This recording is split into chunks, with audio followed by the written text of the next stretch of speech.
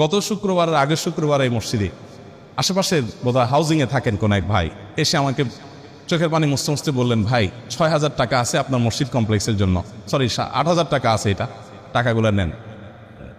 তো আমি নিয়ে আমাদের সহকারীকে দিলাম। ভদ্রলোক বললেন যে আমার একটা ছেলে ছিল, সে ব্যাংকে বোধহয় টাকা জমাইছে বা কেউ দিছে, সেখান থেকে সে বলছে এটা আমি মসজিদ কমপ্লেক্সে দেবো ওনাদের। তো ও ৭,০০০ টাকার সাথে আমি ১,০০০ যোগ করলাম, এটা আপনি নেন। তো ছেলের কি হয়েছে? ও বলে যে ছেলে আপনার হাতে দিতে চাইছে, কিন্তু সে হাসপাতালে বেডে শুয়ে আছে। হাসপাতালে বেডে শুয়ে আছে ছেলেটা।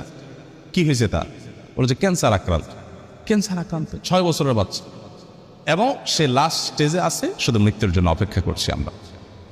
তো আমার খুব খারাপ লাগলো, বললাম যে ছেলেকে দেখতে যাবো আমি। পরের দিন গেলাম হাসপাতাল, আলমারার হাসপাতালে গেলাম। হাসপাতালে যাওয়ার পর যে দৃশ্য দেখলাম আমি, ছেলেটা মারা গেছে কয়েকদিন আগে। এই এলাকার মহল্লার মানুষ উনি এখানকার। তো সেই দৃশ্য দেখে আমার সাথে আরও একজন গেছেন, যারা গেছেন কেউ নিজেকে ঠিক রাখতে পারেন নাই। প্রত্যেকটা মানুষ কাঁদছিলেন, এত কষ্ট হচ্ছে বাচ্চাটার, মানে দেখার মতো কোনো দৃশ্য না। ৬ বছরের একটা বাচ্চা, কত বড় পরীক্ষা মা বাবার জন্য। আল্লাহ তাআলা আপনার বাচ্চাকে খুশি রাখছেন, ভালো রাখছেন, আপনি জুমা পড়ে গিয়ে বাচ্চার কপালে চুমু খাবেন, তাকে কোলে নিবেন, তাকে পাশে বসিয়ে আপনি খাবার খাবেন, খাবার তুলে দিবেন, বিকেল হয়তো ঘুরতে যাবেন, হয়তো তার পরীক্ষা আছে, কালকে পড়ালেখা আছে, তাকে পরামর্শ দিবেন। আল্লাহ আপনাকে কত সুন্দর একটা সাস্টেইন, কত সুন্দর একটা আপনার কি বলে এটাকে, ভারসাম্যপূর্ণ স্বাভাবিক একটা অবস্থা দিয়েছেন। এইরকম নেয়ামত যদি আপনি খোঁজেন, তো একটা ডায়েরি নিয়ে বসলে ডায়েরির পাতা শেষ হয়ে যাবে, কিন্তু আল্লাহ নেয়ামত লিখে শেষ করতে পারবেন না। একজন তার স্কিনে সামান্য একটি সমস্যা হয়েছে, জটিল কিছু নাই, স্কিনে মাত্র, বডির উপরে, এইটুকুর জন্য তার জীবন দুর্বিষহ হয়ে যাচ্ছে।